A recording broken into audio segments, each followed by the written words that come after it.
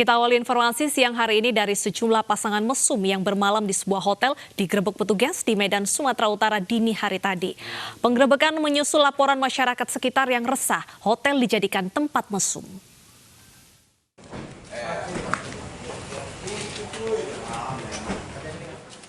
Hotel berbasis aplikasi online di Jalan Sambu, Kecamatan Medan Timur dini hari tadi mendadak heboh karena digerebek petugas dari Polsek Medan Timur. Saat digeledah, petugas mendapati sejumlah pasangan mesum yang sedang asyik berduaan di dalam kamar. Saat diminta identitas oleh petugas, pasangan ini tidak bisa menunjukkan bukti nikah, meski sebelumnya mengaku sebagai pasangan suami istri. Yang melapor dari masyarakat, lanjut kita menghubungi pihak kecamatan melakukan penggerebekan, dan benar ada kita amankan dua pasang tersangka. Jadi pasangan mesum ini ya katanya? Kita lakukan pembinaan, kita panggil orang tuanya dan buat pernyataan. Dalam razia kali ini, dua pasangan mesum dibawa ke Polsek Medan Timur untuk diperiksa lebih lanjut. Razia hotel digelar menyusul laporan masyarakat yang resah jika hotel ini kerap dijadikan tempat mesum. Dari Medan, Sumatera Utara, Adi Palapa Harhab, iNews melaporkan. Masih dari Medan, Sumatera Utara, pemirsa, polisi berhasil membekuk pejamret yang kerap beraksi dan sempat terekam kamera pengawas saat menjalankan aksinya. Polisi terpaksa menembak satu dari dua pelaku karena berusaha kabur saat akan ditangkap.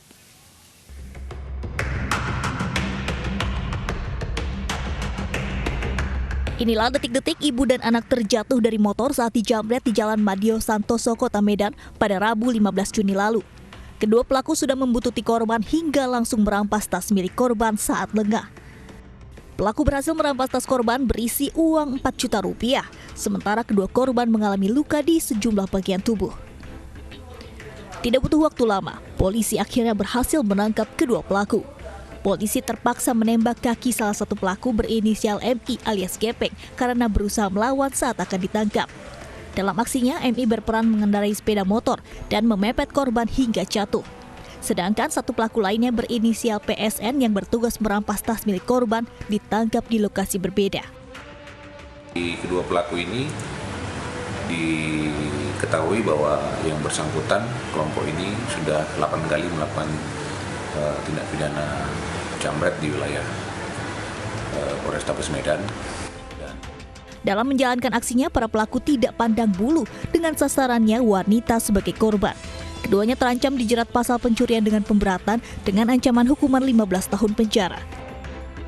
Dari Medan, Sumatera Utara, Adi Palapa Harhab, iNews melaporkan. Sebuah kapal nelayan longboat yang memuat puluhan nelayan tenggelam Minggu malam akibat cuaca buruk di perairan Kabupaten Wakatobi, Sulawesi Tenggara. Seluruh penumpang kapal berhasil dievakuasi oleh tim SAR menuju Pelabuhan Lia, Kecamatan Wangi-Wangi, Wakatobi.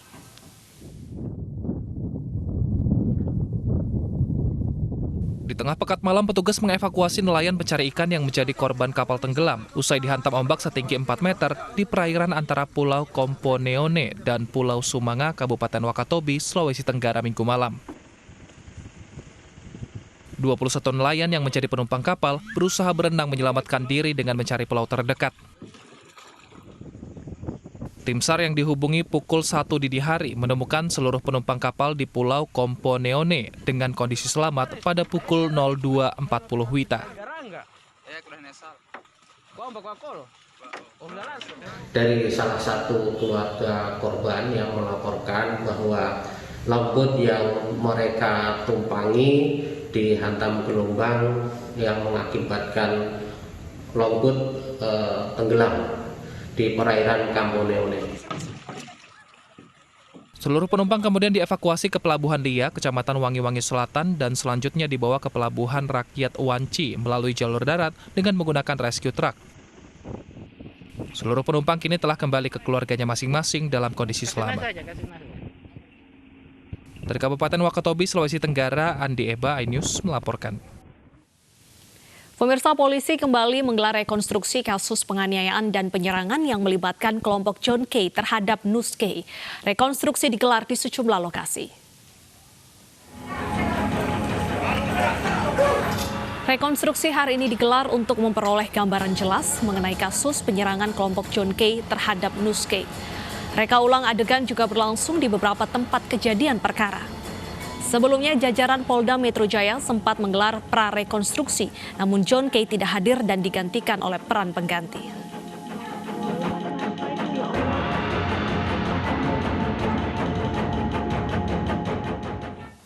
Rekonstruksi kasus John K. digelar di beberapa wilayah lokasi perkara. Kita lihat jalannya rekonstruksi bersama Vena Malinda di kawasan Kelapa Gading, Jakarta. Ya, selamat siang, Vena. Ada berapa adegan yang akan diperagakan dalam rekonstruksi siang hari ini? Baik, Deta, terkait dengan reka adegan nantinya yang akan dilakukan saat rekonstruksi, rencananya kurang lebih ada 14 adegan. Namun saat ini kami masih menunggu dari rombongan Polda Metro Jaya yang nantinya juga akan membawa sebanyak 37 tersangka yang sudah ditetapkan sebelumnya. Karena mengingat saat ini kami bersama dengan awak media lain masih berada di luar, tepatnya di depan PT Adiawinsa Elektronikal yang berada di kawasan Pegangsaan 2, Kelapa Gading, Jakarta Utara. Dan Deta sebelumnya sempat disinggung bahwa telah dilakukan prarekonstruksi pada 24 Juni lalu yang tanpa menghadirkan John K. karena dikhawatirkan adanya kericuhan.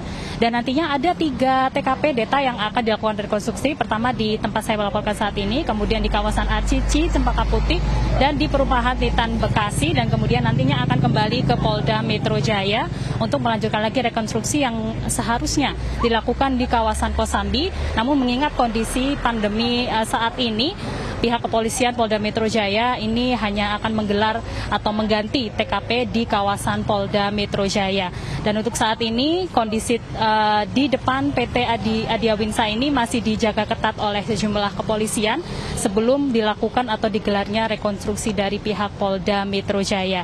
Dan kami juga masih menunggu Deta, rencananya memang jadwal awal rekonstruksi dimulai sekitar pukul 10.00 waktu Indonesia Barat yang tadi diawali dengan apel terlebih dahulu di Polda Metro Jaya pada pukul 9.00 waktu Indonesia Barat. Dan nantinya rekonstruksi ini akan berjalan setelah dari kawasan Kelapa Gading berlanjut ke kawasan Cempaka Putih. Deta. Baik, terima kasih Vena atas informasinya. Kita menunggu bagaimana jalannya rekonstruksi siang hari ini. Ya, pemirsa, polisi terus mengusut kasus pencabulan puluhan anak laki-laki di Desa Pulau Sari, Sukabumi, Jawa Barat. Saat mencari fakta di TKP, polisi menemukan tulisan nama-nama di dinding rumah pelaku yang diduga daftar korban.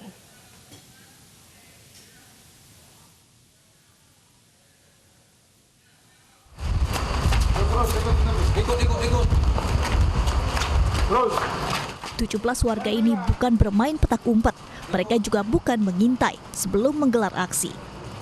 Cukup lelah, mereka jalan jongkok di kantor polisi. Belum lagi, mereka akan bermalam cukup lama di Mapolres Mandailing Natal. 2 orang ini menyusul temannya yang ditangkap sebelumnya. Hingga kini polisi sudah mengamankan 17 warga yang diduga sebagai provokator aksi blokade jalan lintas Sumatera di Desa Mompang Jalu yang terjadi pekan lalu.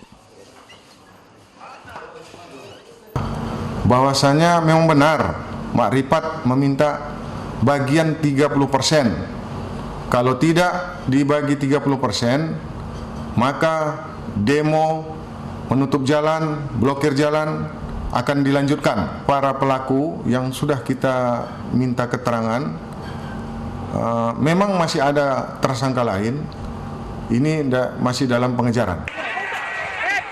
Aksi blokade jalan lintas Sumatera di Desa Mompang Julu berlangsung Senin pekan lalu. Aksi blokade jalan berujung dengan pembakaran mobil Wakapolres Mandailing Natal.